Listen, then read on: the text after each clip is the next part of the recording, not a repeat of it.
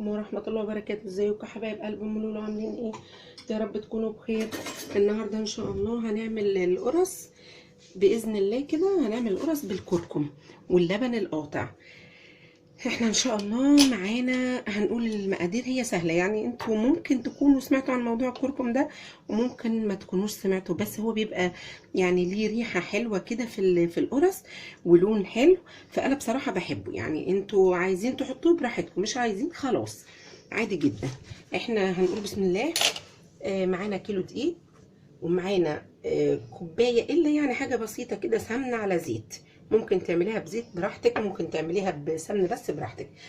وهنا معانا الكوبايه دي فيها معلقه خميره على معلقه سكر على شويه ميه دافيه كده.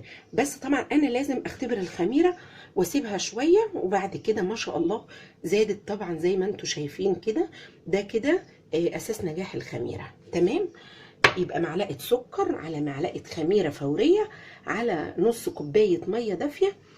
تسيبيهم حبه كده وتغطيهم، هيفوروا بالشكل ده ما شاء الله. تبقى كده الخميره بتاعتك كويسه ومضمونه. تمام. واحنا عندنا يا جماعه كيلو لبن قاطع. احنا ممكن ناخده كله وممكن ما ناخدوش. تمام. وعندنا هنا كوبايه الا حاجه بسيطه زيت على سمنه. تمام. معانا برضو هنا معلقتين لبن بودر، ومعلقه كبيره ريحه كحك من عند العطار. انا بحبها جدا في القرص، بيبقى ليها ريق حلو كده وطعم حلو، بحيث ان ايه ما يعني عايز اكل حاجه ليها طعم. انا احب اطعم الحاجه بس بحاجه ايه في المعقول. تمام. احنا معانا معلقه ريحه كحك كبيره من عند العطار، جبتها ونخلتها. وهنا معلقه صغيره كركم، وهنا كده معلقتين كبار لبن بودر، ونص معلقه ملح. تمام. احنا هنحط المواد الجافه كلها على بعض كده. بسم الله. تمام. هو الكركم بيدي لون يعني ايه حلو كده وريحه ايه جميله في القرص بتاعتي. هنا كده انا ممكن ما اخدش الكيلو كله على فكره اللبن. وهنا كده هنحط الخميره بتاعتنا ما شاء الله ممتازه. الخميره حلوه جدا، معلقه صغيره بسم الله ما شاء الله. هنا قلبنا الخميره مع الدقيق مع الحاجات بتاعتنا،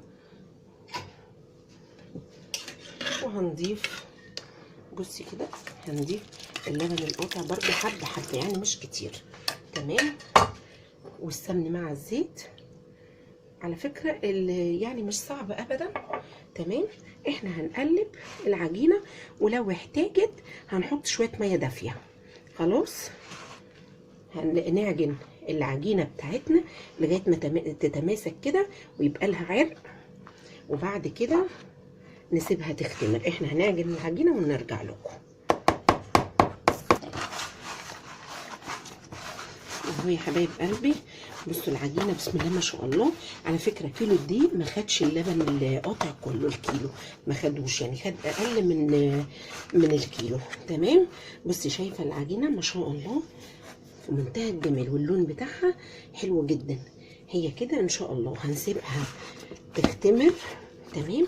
طبعا هتختمر يعني ايه، احنا هنسيبها في مكان دافي، هنسيبها كده في بولة العجن دي، وهنغطيها كويس في مكان دافي، وبعد كده هيتضاعف حجمها وهنرجع مع بعض نشوف عملنا ايه. اهو يا حبايب قلبي العجينه بعد ما اختمرت. تمام. احنا ما شاء الله اتضاعف حجمها وقلبناها تاني عشان ايه نطلع الهواء اللي فيها. ماشي. وقطعنا كده كور صغيره. تمام. شايفين اللون بتاعها في منتهى الجمال ازاي من الكركم. وبصي يعني هو مش هيأثر قوي عليها، هو هيديها بس يعني ايه طعم كده حلو. تمام. ولو مش عايزاه ما تحطوهوش براحتك. اهو بصي بتقطعيها كده وبتعمليها وتبططيها. تمام. الصينيه اهو الصينيه بصي تدهني نقطه زيت واحده كده عادي براحتك جدا، ما فيهاش اي حاجه. تعملي كده كور صغيره. بصي اهو وتعمليها كده عشان تبقى متساويه وشكلها جميل. كوره كده اهي، كوره كده صغيره، وتعمليها وتبططيها وخلاص. على كده احنا برضو هنغطيها شويه كمان، ونشغل الفرن بتاعنا ونحطها على درجة حرارة 180، ونحطها على الرف الوسطاني، وهنشوفها بعد كده. احنا طبعا هنسيبها كده في الصينية لغاية ما نقطع الكمية كلها، وبعد كده نبتدي نسوي ايه، من يعني بناخد من اول صينية قطعنا فيها وبالتدريج بقى، علشان تكون خدت ايه راحتها في التخمير. شايفين شكلها بسم الله ما شاء الله، وريحتها روعه جدا. انا بحط يا جماعه ريحه الكحك دي بتبقى طعمها يعني ايه، حلو قوي، ومديه طعم كده حلو في القرصه، ما كانكيش يعني بتاكلي عيش فينو، واخده بالك؟ بتبقى ايه الحاجه يعني خدمها كويس، وبتبقى طعمه بصراحه. انا بصي يعني انا قديمه شويه، بعمل الحاجات على زي جدتي ووالدتي الله يرحمهم. فطبعا ايه انا بحب الحاجه تبقى يعني ممونه جامد، ويبقى ليها ريحه وطعم وايه، وتبقى حلوه. خلاص احنا هنقطع كل الكميه، وهنرجع لكم بعد ما نسويها على درجه حراره 180، ويكون الفرن طبعا مشغلاه من قبلها ب10 دقائق. تمام. وبعد كده بتحمر فوق وتحت، وبعد كده بتطلعيها. وهو يا حبايب قلبي القرص بعد ما سويناها، شايفين بسم الله ما شاء الله طريه ازاي وهشه جدا بسم الله ما شاء الله.